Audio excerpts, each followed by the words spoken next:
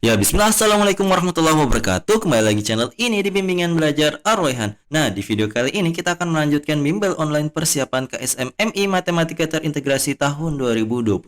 Nah, kalau misalkan kalian penasaran kelanjutannya, ini adalah bagian ketiga dari seri bimbel online persiapan ini. Nah, untuk soal kali ini kita akan melanjutkan pembahasan dari soal KSM tahun 2013 untuk tingkat kabupaten kota, untuk nomor 11 dan seterusnya. Jadi kalau misalkan ada teman-teman ataupun rekan-rekan guru yang menonton video kali ini, kalau misalkan kalian belum subscribe channel ini, subscribe dulu sekarang agar kalian tidak ketinggalan info-info terkait tentang KSM dan juga latihan-latihan soal persiapan KSM tahun 2024. Oke, kita mulai pembahasan dari soal nomor 11 berikut ini.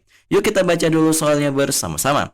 Dana amal yang diamanahkan kepada Ida sebesar Rp222.000. Seluruhnya dibelikan buku tulis dan juga ballpoint.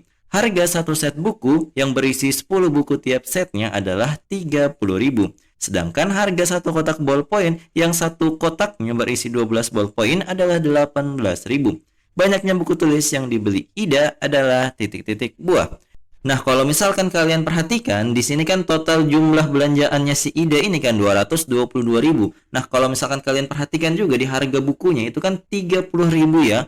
Nah, di sini berarti yang kita fokuskan itu bukan di sini 30.000, tetapi fokusnya di 18.000. Bagaimana caranya supaya kita mendapatkan 2.000 yang ada di sini? Hanyalah ketika 18.000-nya ini dikalikan sesuatu. Jadi 18 dikalikan sesuatu, dikalikan dengan sesuatu, itu hasilnya adalah ekornya 2. Jadi secara logika kalau misalkan kita ingat perkalian 8 yang menghasilkan ekor satuannya itu adalah 2, hanya ada 2 kemungkinan, yaitu ketika dikalikan 4 dan juga ketika 8 itu dikalikan dengan 9 karena ekornya itu sama-sama 2. Nah, kalau misalkan kita hitung 18 dikali 4 itu hasilnya adalah 72, sedangkan 18 dikali 9 itu hasilnya adalah 162.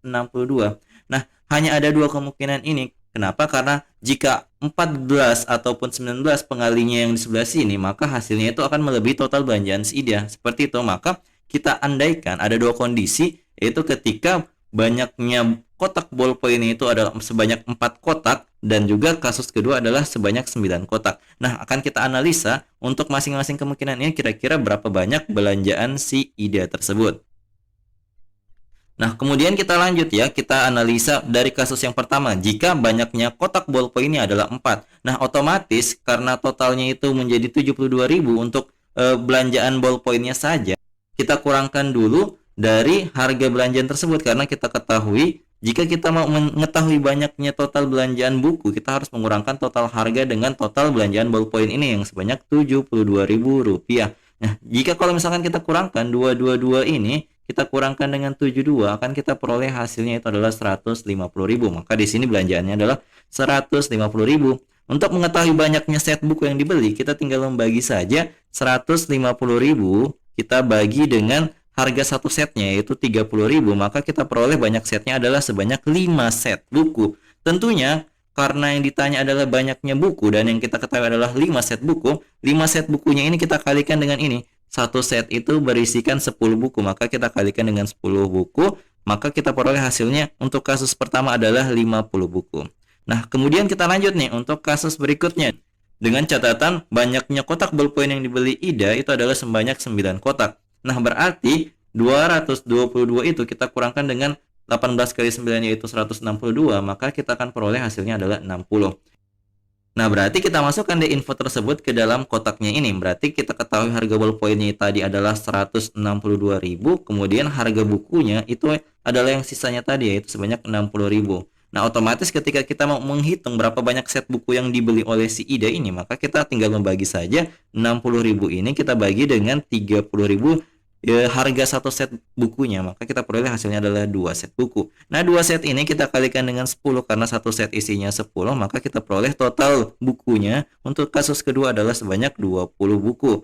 Nah, berarti di sini soalnya ini memang agak kurang pas ya karena memiliki 2 jawaban yang berbeda dengan 2 kasus yang berbeda pula. Jadi, kalau menurut Mimin di sini jawabannya ada 2 antara 50 maupun 20 buku. Jadi kalian bebas untuk menjawab yang mana. Harusnya dari tim panitia mengakui bahwa ada kesalahan mungkin di tim penyusun soalnya. Nah, jadi jawaban yang tepat adalah 50 buku atau 20 buku dengan kasus-kasus yang berbeda pula. Oke, kita lanjut ke pembahasan soal berikutnya. Nah, kita lanjut ke soal nomor 12. Yuk kita baca dulu soalnya bersama-sama. Tiga lampu berwarna kuning, biru, dan merah menyala berkelap-kelip menurut frekuensi tertentu. Lampu kuning menyala setiap 30 detik, lampu biru menyala setiap 54 detik, dan lampu merah menyala setiap 1 menit. Apabila pada pukul 7.15 ketiga lampu tersebut menyala bersamaan, maka untuk pertama kali ketiga lampu tersebut akan menyala bersamaan kembali adalah pada pukul titik-titik. Nah, untuk menyelesaikan soal ini, perhatikan dulu di sini ada tiga lampu ya. Maka di sini kita lihat masing-masing waktu dari tiap lampu tersebut. Kita lihat dari lampu kuning dulu, di sini adalah 30 detik, kemudian katanya lampu biru adalah 54 detik dan juga lampu merah adalah 1 menit.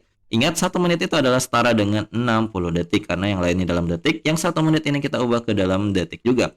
Nah, di sini ini adalah contoh kasus yang berkaitan tentang FPB dan juga KPK. Lebih tepatnya yang kita akan gunakan adalah KPK-nya. Nah, di sini kan ada 30 detik untuk yang kuning, kemudian yang biru itu adalah 54 detik. Ini adalah biru dan yang merah adalah 60. Nah, kita akan cari faktorisasi primanya dari masing-masing angka ini agar nantinya kita mau cari nilai KPK dari ketiganya. Kita mulai dari yang 30 terlebih dahulu. 30 ini kalau kita gunakan pound faktor kita akan dapat seperti ini ya hasilnya. Berarti di sini kita tuliskan faktorisasi primanya adalah 2 dikali 3 kali 5 yang semuanya adalah pangkat 1. Kemudian yang 54 lagi nih, 54 itu setara dengan berapa yang faktorisasi primanya? Jadi ini kita bagi 2 dapatnya 27, bagi 3 dapatnya 9, bagi 3 dapatnya 3 kali 3. Maka kita dapat adalah 2 dikalikan dengan 3 pangkat 3. Nah, selanjutnya untuk yang 60 ini, 60 kita gunakan pound faktor juga 2, 30, 2, 15, 35. Berarti kita peroleh faktorisasi primanya adalah 2 pangkat 2, kemudian kali 3 kali 5. Ini pangkat 1, pangkat 1, ini pangkat 1 juga. Ingat untuk mencari KPK itu kita ambil adalah yang memiliki pangkat terbesar dan diambil semua angka-angkanya. Berarti di sini yang antara 2 pangkat 1 dan 2 pangkat 2 yang paling besar adalah yang ini ya, 2 pangkat 2. Kemudian untuk yang 3 yang paling besar adalah 3 pangkat 3. Kemudian yang 5 karena sama-sama pangkat 1 maka kita cukup ambil salah satunya. Nah, di sini 2 pangkat 2 hasilnya adalah 4. Kemudian 3 kali 3 adalah 27. Kemudian dikalikan dengan 5. Nah, di sini kita akan mengalikannya 4 kali 5 dulu ya, karena lebih mudah. 4 kali 5 itu adalah 20. 20 kali 27 ini hasilnya adalah 540. Nah, karena ini masih dalam satuan detik, agar lebih mudahnya kita bagi dulu dengan 60 supaya menjadi menit. Maka kita peroleh hasilnya adalah berapa? Ya benar, 9 menit karena 54 bagi 6 adalah 9. Nah, untuk mendapatkan waktu antara ketiga lampu ini bersamaan menyala, maka yang 7.15-nya ini 7.15-nya ini kita tambahkan 9 menit, maka kita peroleh pertemuan dari ketiganya ini akan terjadi pertama kalinya pada pukul 7.24 menit. Sehingga jawaban yang tepat adalah pukul 7.24. Seperti itu. Cukup mudah kan? Nah, kalau misalkan untuk mencari FPB-nya, kalau misalkan kalian penasaran, itu yang diambil adalah angka yang sama saja dengan pangkat rendah. Sedangkan ingat, KPK adalah mengambil semua angka-angkanya dengan ketika ada yang sama, yang diambil adalah yang pangkatnya paling besar. Oke? Kita lanjut ke pembahasan berikutnya. Nah, kita lanjut ke soal nomor 13. Di sini kita baca dulu soalnya bersama-sama. Each of numbers 1, 2, 3, 4, 6, 7 will be placed on the box in the figure below. If the total number of each column and row is 15, then the value of x is titik-titik. Nah, di sini untuk menyelesaikan soal ini tentunya kalian harus tahu dulu apa arti dari soal ini. Jadi di sini Mimin akan bacakan soalnya itu dalam bahasa Indonesia. Perhatikan, dari setiap angka 1, 2, 3, 4, 6, 7 akan diletakkan ke dalam kotak-kotak yang ada di gambar di bawah ini. Jika total dari angka-angka tersebut dari setiap baris dan kolomnya itu adalah 15, maka nilai X yang mungkin itu adalah titik-titik. Nah, di sini cukup mudah ya. Ini hanya tentang bagaimana pintar-pintarnya kita memasukkan angka-angka ke dalam kotak ini. Jadi perhatikan dulu, total angka yang diharapkan itu adalah 15. Kemudian kalau kita perhatikan angka-angkanya di sini 1, 2, 3, 4, 6, 7. Di sini kita akan perhatikan dulu berapa sih jumlah total dari angka-angka ini ketika kita membaginya menjadi 2. Jadi ada yang letaknya di sini mendatar, ada juga yang menurun kan. Nah, ada satu angka yang akan diletakkan di tengah yang menjadi peran penting dari penjumlahan kolom dan juga baris ini agar mendapatkan nilai 15. Maka untuk mendapatkan hasil 15 itu tentunya kita akan mengambil sebuah angka kunci di nilai X-nya ini. Jadi angka kunci mana yang akan kita gunakan adalah angka 7 ini. Kenapa? Karena coba perhatikan di antara 1, 2, 3, 4, 6, kalau kita mau jumlahkan 1 tambah 2 tambah 3 tambah 4 tambah 6, jumlahnya itu pasti bisa dibagi dua. Coba perhatikan ya.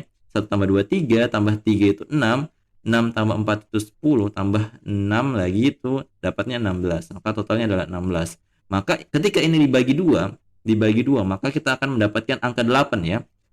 Nah, angka 8-nya ini kalau misalkan kita tambah dengan angka 7 sebagai nilai kunci yang dinilai X-nya itu, maka kedua baris dan kolom ini akan mendapatkan total 15. Maka 7 adalah angka yang paling tepat untuk kita letakkan di angka yang ada di tengah itu. Sehingga kalau misalkan kita masukkan angka 7 di sini, kita masukkan angka 7, maka nilai-nilai ini bisa kita masukkan ke dalam baris dan kolom sekarang. Caranya bagaimana? Caranya perhatikan di sini. Karena total yang diharapkan total 8, maka kita ambil 2 dengan 6 sebagai dua angka yang ada di baris yang hanya ada 3 kolom ini. Maka kita masukkan angka 2 dan 6 di sini. Boleh tertukar, tidak ada masalah. Karena yang diinginkan adalah total jumlah barisnya harus 15.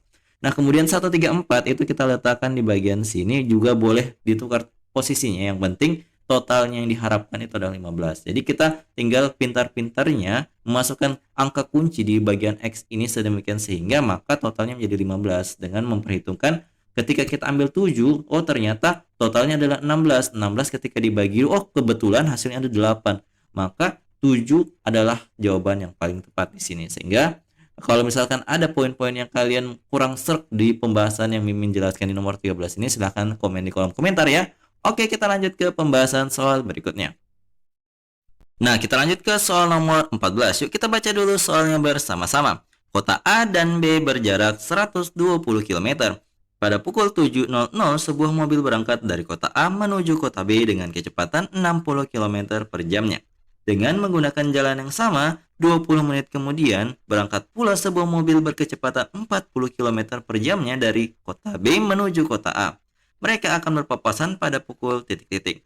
Nah, untuk lebih memahami gambaran kejadian dari soal ini, Mimin sudah gambarkan di sebelah bawah kanan. Di sini kalian lihat ada dua buah kota A dan kota B. Ada pula dua mobil dengan arah tujuan yang berbeda dan arah asal yang berbeda. Mereka akan bertemu nanti di pertengahan jalannya nanti, tetapi tidak pasti pas di tengah-tengah, tetapi nanti akan kita hitung berapa menit kira-kira mereka akan bertemu di antara A dan B tersebut.